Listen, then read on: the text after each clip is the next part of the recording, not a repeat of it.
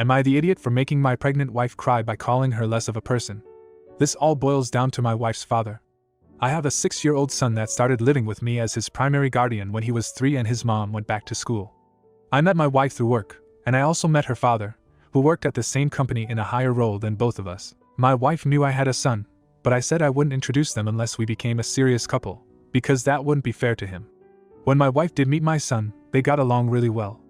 I invited her and her father over for dinner one night, and her father met my son for the first time.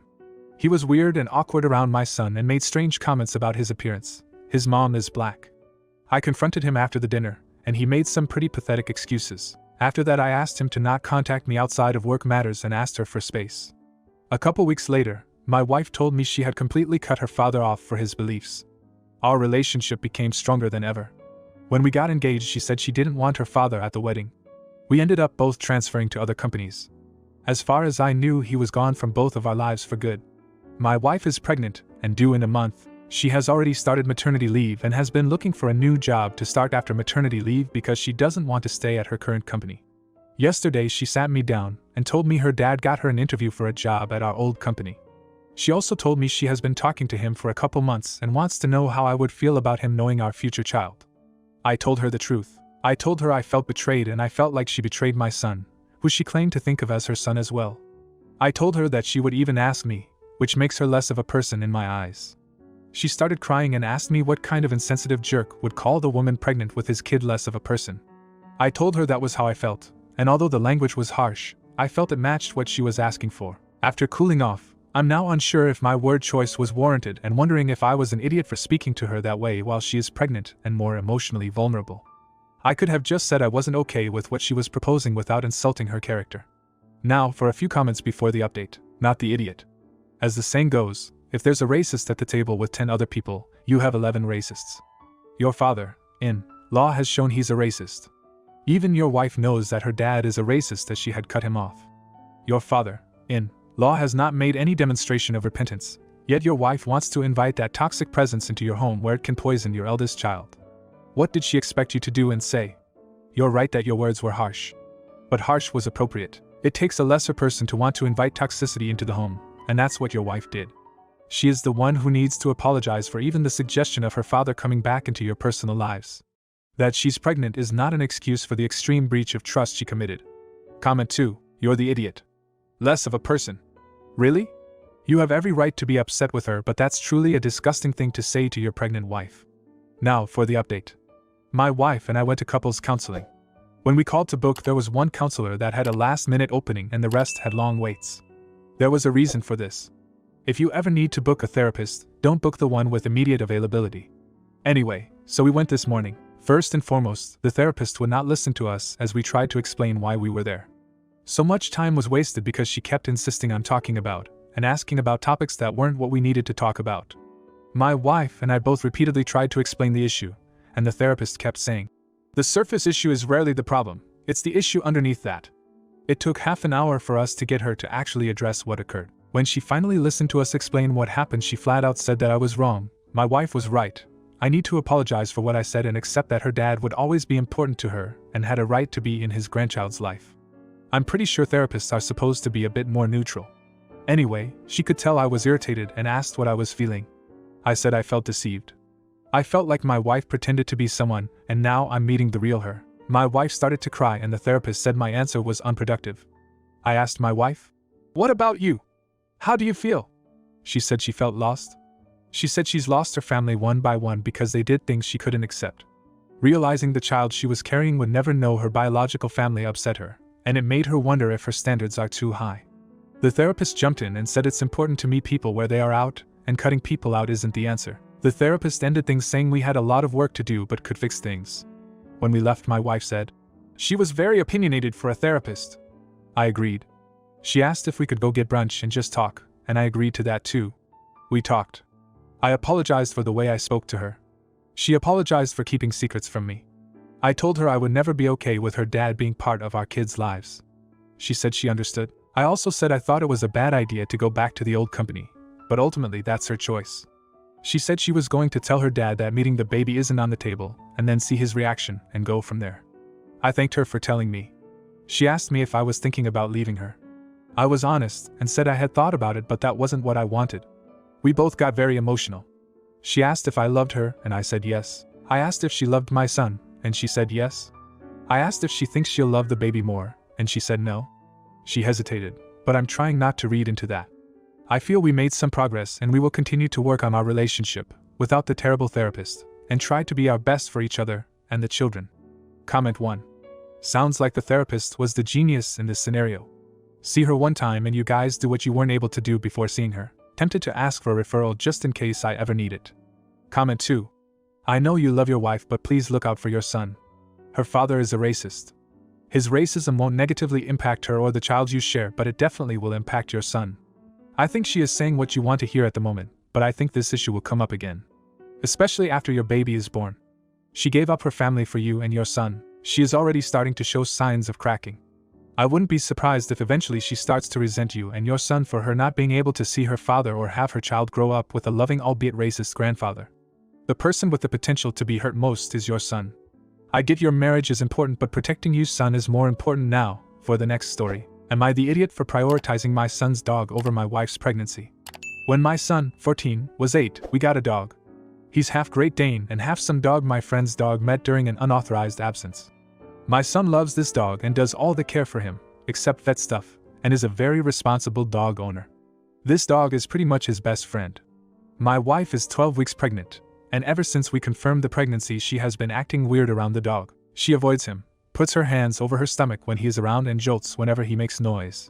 Today she told me she wants to rehome the dog. I asked her what she was talking about. She said she has been having anxiety that he will jump on her. This is completely unreasonable. He doesn't jump on people. We trained him not to jump on people or run into people very young because he is half Great Dane, and I felt this was important for all dogs, but especially one who could possibly grow to such a large size, which he did. There is no reason for her to think the dog will jump on her. She said that there is no way to know for sure that the dog won't jump on her, and if he does, our baby could be hurt. This dog has never so much as growled at her. She said even if the dog doesn't jump on her, her anxiety about it is bad for her health. She said she needs the dog elsewhere for her safety and the baby's. I told her that there was no way. My son got this dog right after he lost his mom and imprinted on him hard. Sometimes I think he loves the dog more than me. I'm not taking his dog. The dog didn't do anything. My wife said I am prioritizing the dog over her pregnancy. The dog isn't a threat to her pregnancy. If this were any other unreasonable request, I would just do it because she is pregnant. I just can't break my son's heart over a fear she has that makes no sense. Am I being an idiot? Now for a few comments before the update. Not the idiot. Animals are lifetime responsibilities. Pawning them off because she got pregnant would be a shitty thing to do. Comment 2. Not the idiot. Don't you dare give away your son's dog. He didn't ask for you to remarry and have a new child. Your son will never forgive you, or your new wife, if you allow her to continue to push this topic. She needs to actively work on coping with her anxiety. May I suggest therapy? Now for the update. We read some stuff about pregnant women developing sudden fear and hatred towards pets and how common this phenomenon is. Several people shared their personal stories on my original post, but I couldn't show her those because I didn't tell her about the original post. There were too many people saying mean things on it. But I found similar stories elsewhere online, and she found them reassuring. We've been training the dog on how to be around babies. Well, my son is training him. So far, a former coworker of mine and a neighbor have let me borrow their babies for an evening, and both times went really well. So we will continue to enforce appropriate baby behavior with the dog. My wife visited her OBGYN to discuss her fear and anxiety, and she again was reassured that many women face similar experiences when pregnant. She is going to start seeing someone to discuss her changing emotional state. She also decided she wants to spend as little time as possible with the dog for now. So we've all been accommodating that, and the dog is now spending the majority of his indoor time in my son's room instead of the living room when my wife is home. So far the dog doesn't mind, as he sleeps in there anyway, and that's where his best friend lives. Our home continues to be harmonious. I appreciate all the people who provided productive information and outlooks on the last post. Comment 1. Wait, did I read that correctly? A couple coworkers let you borrow their babies? That's amazing and made me laugh out loud. Also, good job handling the situation tactfully but also standing your ground. Thanks for the update. Comment 2. Yay. I'm glad she decided to be honest with professionals about all this instead of digging her heels in and forcing you to get rid of him. I have a Great Dane that has been around all my nieces and nephews as babies and never once had he ever done anything to harm any of them. They're gentle giants, but I get people, including pregnant women, getting scared of their size. I truly hope she's able to get rid of this fear. Now, for the next story. Am I the idiot for letting my son go to Disneyland? I have a 6-year-old son, Jake, and we're currently staying with my brother, his wife, and their daughter, Abby, 17. Abby recently went through something really hard and traumatic. I feel for her with all my heart, and am doing all I can to be there for her. During this time, Abby's become really close to Jake. It was sweet enough at first, and even though Jake isn't one to sit in one place for long, he didn't say anything and allowed his cousin to cuddle and spend time with him. He does a lot for her and will wake her up when she takes naps for too long, will go out to the park with her to make sure she doesn't stay at home too long, etc. My sister-in-law was extremely appreciative of this, and Abby seems to be happier when he's around. Of course, Abby is in therapy, so I didn't think she was dependent on my son to get her through the day. But a couple weeks ago, Jake's paternal grandparents wanted to take him to Disneyland for a couple days and he was so excited. He kept telling everyone how much fun he was going to have and more. Abby didn't say much whenever he mentioned Disneyland, but my sister-in-law asked me if he was actually going multiple times. I said yes, why would I stop my son from going to Disneyland? She asked if his grandparents could take him on this trip another time, but I told her that wouldn't be possible. She was upset but stopped. The other day, his grandparents came to pick him up and he was sitting with Abby getting ready to go when she suddenly broke down crying. Jake got scared and started crying as well, so I separated them. They calmed down and Jake left for Disneyland some time later. My sister-in-law was furious. She came up to me and was like, "So you really let him go?" I said yes again, why wouldn't I? She was all like, "You saw how my daughter reacted to him leaving and you're still confused?" Apparently, Abby really didn't want him to go, and she cried because he was leaving. I told her that this was extremely unfair for her to say. My sister-in-law said that I was being unfair and that Disneyland is not more important than her daughter's well-being. I never said this, but I told her that my son isn't her emotional support dog, and while I'm very sorry about Abby, it isn't fair to put my 6-year-old son's life on pause. He's 6. It's unfair for her to force my son to give up things for the comfort of his cousin. Sister-in-law called me heartless and said she wants me gone from the house before Jake gets back because she isn't putting Abby through this again. My brother intervened and told her that she's acting irrationally, but she told him to STFU. It's been really tense, and while I did attempt to apologize, sister-in-law told me that the only apology she'd accept is one from Jake, but I'm not going to make him apologize, so am I the idiot? I really don't think so, but Abby is genuinely upset about Jake leaving. Edit. I was repeating my sister-in-law's words word for word but giving her the benefit of the doubt. I believe she meant that the only apology she'd accept is one in the form of Jake. Not that it makes it any better, but I don't think she actually wants him to say I'm sorry. But I could be wrong as well. Either way, I wasn't going to apologize the way she wanted me to. There's no updates, so here's the comments. Not the idiot. Abby has serious attachment issues. TBH, when Jake returns I would look into staying elsewhere to separate the two of them before her attachment to Jake grows even less healthy. Comment 2. Not the idiot. I don't sympathize with adults who act like you must have the capability to read their minds. Sister-in-law had every chance in the world to use her words and explain any feelings she had. She didn't do that. And even if she had, you are under no obligation to put your son's life on pause for your niece's sake.